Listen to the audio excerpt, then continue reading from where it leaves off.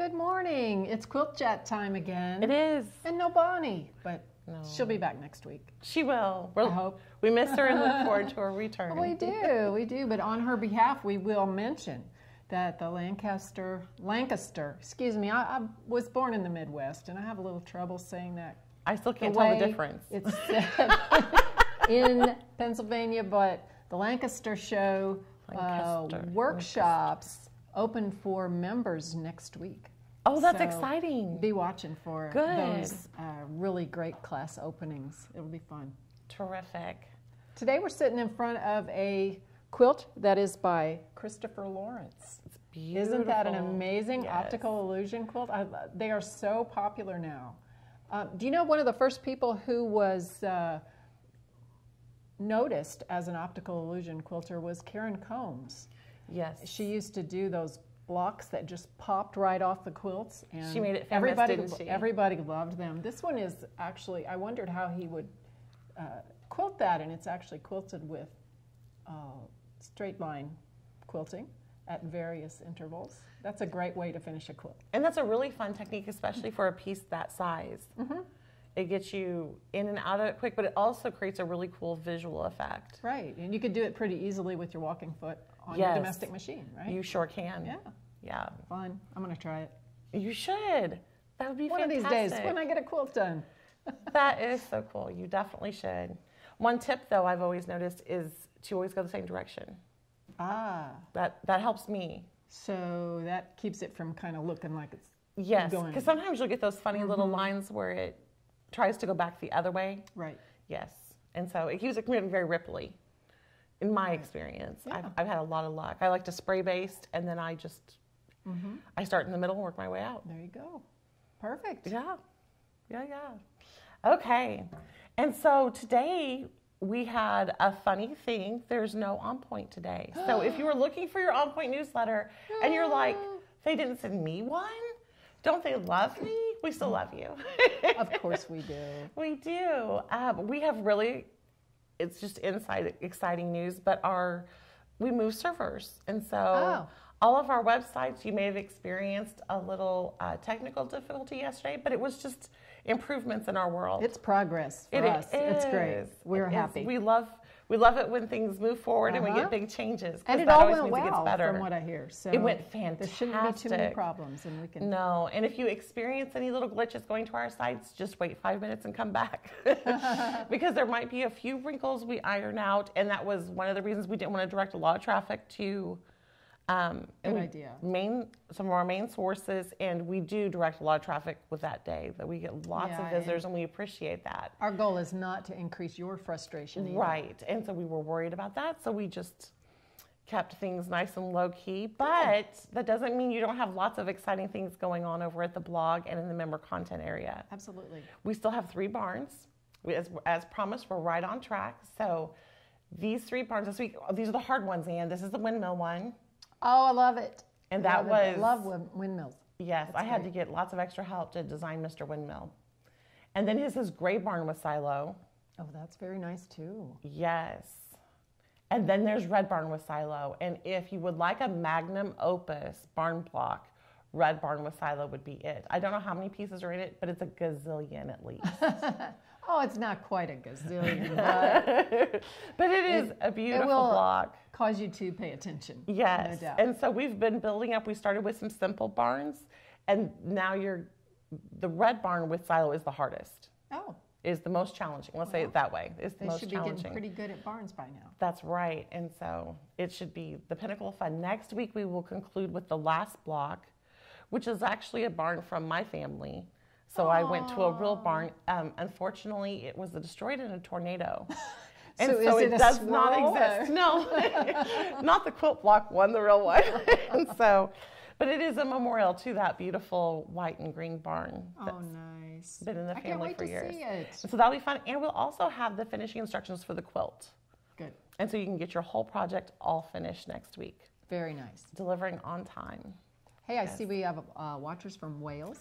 Oh, wonderful. And from Richmond, Virginia. Yes, that's fantastic. And hello to everybody who has been dropping by this morning. That is right. Angelina noticed Bonnie's missing. You're right. And we miss her very much. We do. But we get by, don't we? We can handle it for a while. This is 2 weeks in a row. I think that's her limit. It's time for her to come back. That's right. That is right. Over at the blog, we have an article about getting ready for big projects. And sometimes, when you pick out a beautiful quilt pattern, but you want it in completely different fabrics. And then when you try to do that project and it says, use the blue fabric here and your fabric is green, you get confused. I do. Right. And so we have a wonderful video that Emily Cross did showing us how to relabel, going from pattern to your colorway and relabel your fabric so that it'll help you keep track along the way. Do you call your blue fabric green then, or A? Oh, you call it A. You number them. You letter them. Yes, you letter them so that way it's simpler. And she just actually has it all laid out on the table for you and just takes you straight from every little tiny step, which is so helpful. That's interesting because you do sometimes substitute and it's easy to get confused. It is, and that only results in seam ripping, so I hate that. I hate making a mistake. Right. But it happens. It sure does. I actually read on a blog, or I think it was a Facebook post this past week, somebody was talking about how they loved their seam ripper so much they actually could almost not wait to make a mistake so that they could rip it out. They weren't kidding. Wow. So that's remarkable. Yeah. Wow. I don't think I agree with that. Seam rippers are wonderful, but my Clover seam ripper, but my Clover seam ripper is always happiest when it's bored. Right. Right? You are always happiest when it's bored. Anyway. Yes, I am. That's right. What have you got there? Well, I have for you Needleturn Appliqué. Wonderful, because actually this is a setup because I wanted Betsey to show me how to do this. Yeah, Anne asked, Betsey, can you show me how to do Needleturn Appliqué? And I went, sure. Like, duh. So these are my favorites. I love Karen K. Buckley scissors, and I know we say this a lot, but they have a serrated edge on one side of the blade. So that helps you grip fabric anytime you're trying to do detailed cutting, which you always do with Needleturn Appliqué. I have some straw needles, which I really love. I like a straw because it's long for turning. I know a lot of people like to use a toothpick. I don't use any other device other than just my needle. I don't like anything else in my hands. I'm not that talented. What would you do with a toothpick? To turn your edges. Oh, because the grain of the wood will help you catch it. And so a lot of people really like a toothpick and they'll hold it in their mouth. And it's just, that doesn't work for me. I get futzy with it. Why is a straw needle called a straw needle? I've always wondered. It's long? Just because it's long like a straw, I guess. Long, yeah.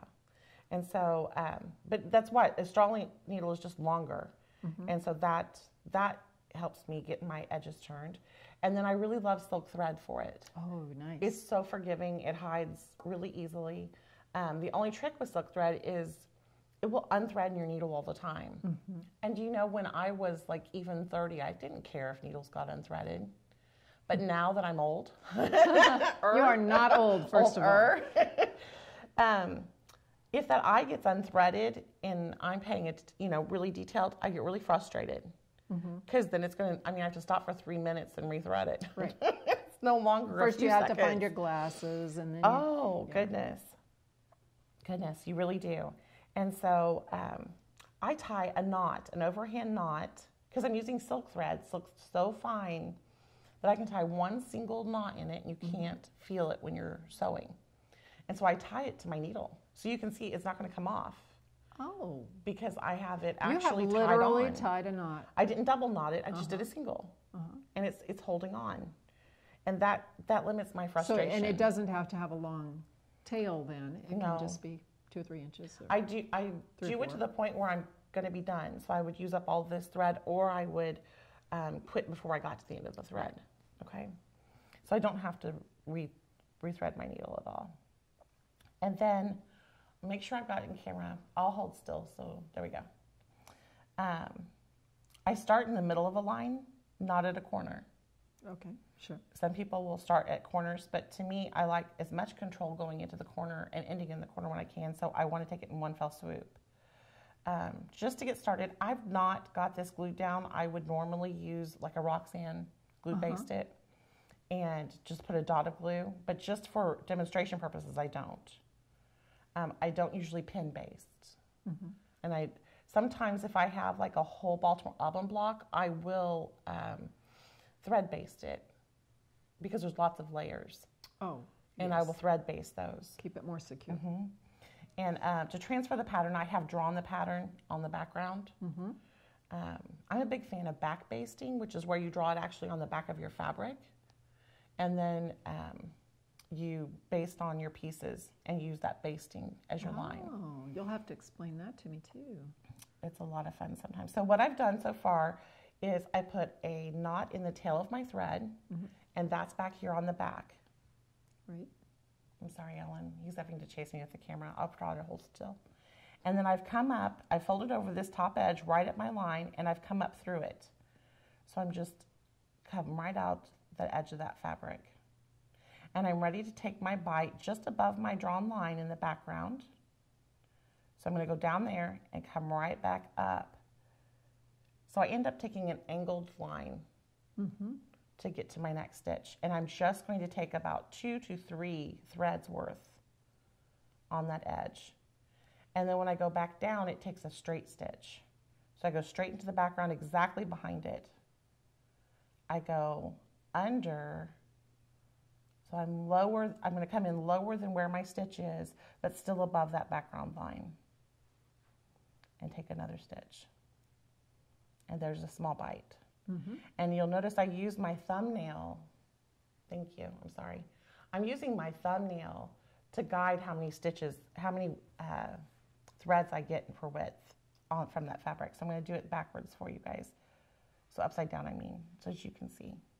So I'm going to come in, let me tilt it so I can see for a second. There we go. I'm going to go into my background and come out. And when I come out, I can adjust that by using my thumbnail to guide. Oh, I see. Sure, you can tuck it under a little to give it some pressure. Yes. And so I just go along and stitch like that. Now, one of the most frequent questions I get is how frequently do you stitch? So how far apart are your stitches? And it depends on what you're doing. A straight line, you can go a little wider. And so I try to measure it in 8ths, or 16ths, sorry. And I go along in 16ths. And I might go all the way up to 3/16 on a straight edge. But then as I come closer to a point, I'll back that down. Right. And then whenever I go around a curve, I usually increase it if I need to go around the curve twice. Because sometimes I like to repeat a circle. That way you can get... you don't have those little edges and lumps and things. Because a circle sometimes will get a little pokey on you. And so if you'll simply increase your stitch length in between and do it twice, the first time gets it in place and the second time gets it perfect. That's how I like to do it. Good tip. Because I'm never perfect the first time.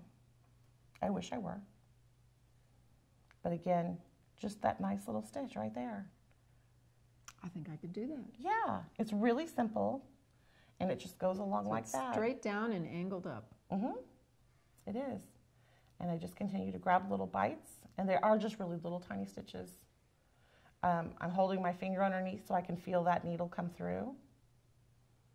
And as soon as it pierces that background, I come right back up, and I get that thought you were going to say pierces your finger. It does. You feel like... you get a callus back there. I do. And you sometimes feel I have to pull it out of the stitching every once in a while because I'll stitch it in. But it's just barely a nick of it.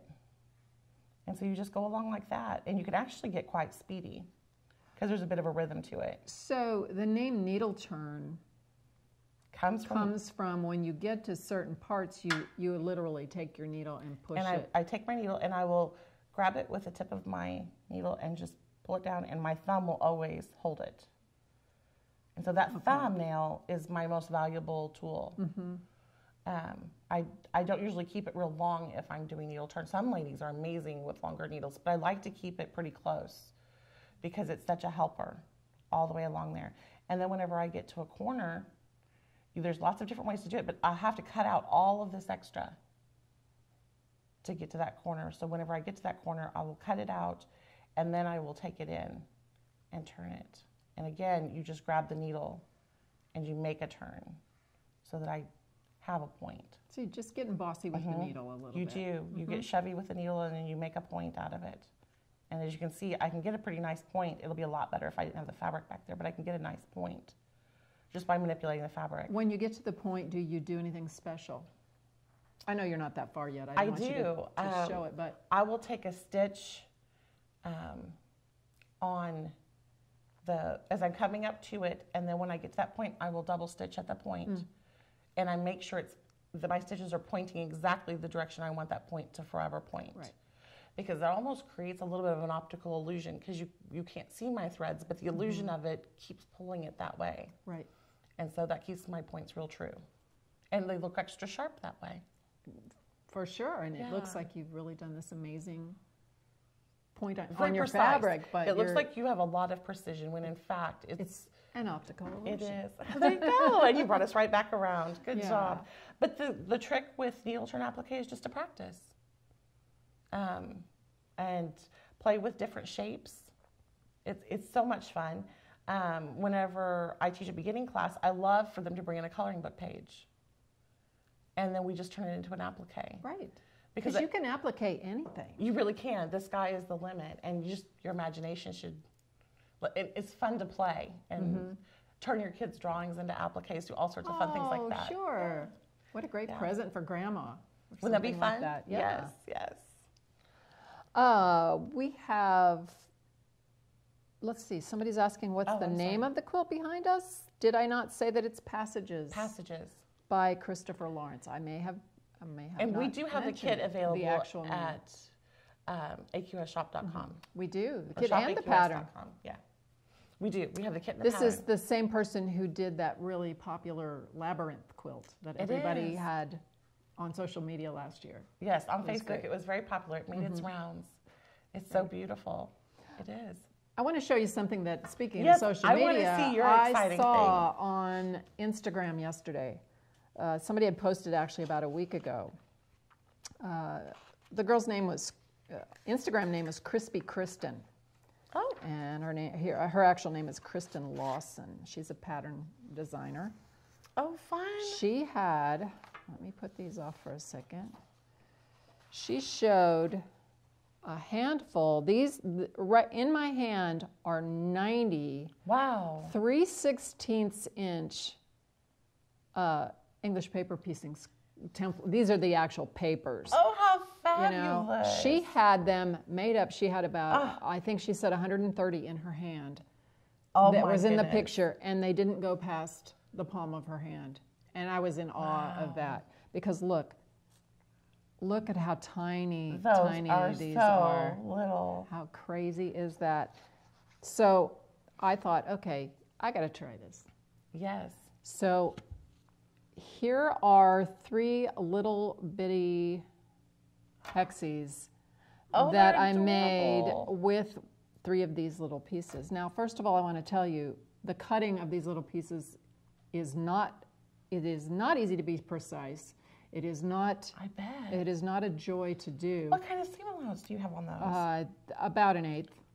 Wow. About 1/8. Yeah, I would think so. So I would suggest if you want to do this, you know, go to Paper Pieces and get your papers, because this, for instance, is a page of 738. Can you see? Wow. Maybe too close. 738 of these little Hexies fit on one page. So that's a 3/16 inch. And do you know how you measure Hexies? It's along the side. No. The flat, whenever somebody says a 1-inch Hexie or a 3-inch Hexie, they're measuring that side distance, not any distance across or up and down. It's actually the length of your Hexie of one of the sides. Yeah. Okay. Yeah. So I just thought that was kind of the amazing world of quilting. You know, this was truly amazing, and I'll be watching this person to see if they actually come up. She said she was making a quilt. A miniature quilt. Oh, okay, miniatures. Miniature, yes. They'd make amazing little ornaments, though. Oh, absolutely. That would be really fun. It'd make little wreaths. Yes. That would be great. I was thinking little diamonds. Make some of those this weekend, would you, Oh, Betsey? yes. Why don't I just whip those up for y'all? Thanks, Ann. Well, I think that about wraps it up, doesn't it? Yes, we've had a lot of fun. We have. I just love the tiny Hexies. Those are adorable. Absolutely adorable. Well, we hope you all have a very beautiful week as we all get ready for Thanksgiving. We are getting ready for Thanksgiving. Yes, we are. It's sneaking up on us pretty quickly. It is. Take care. Bye.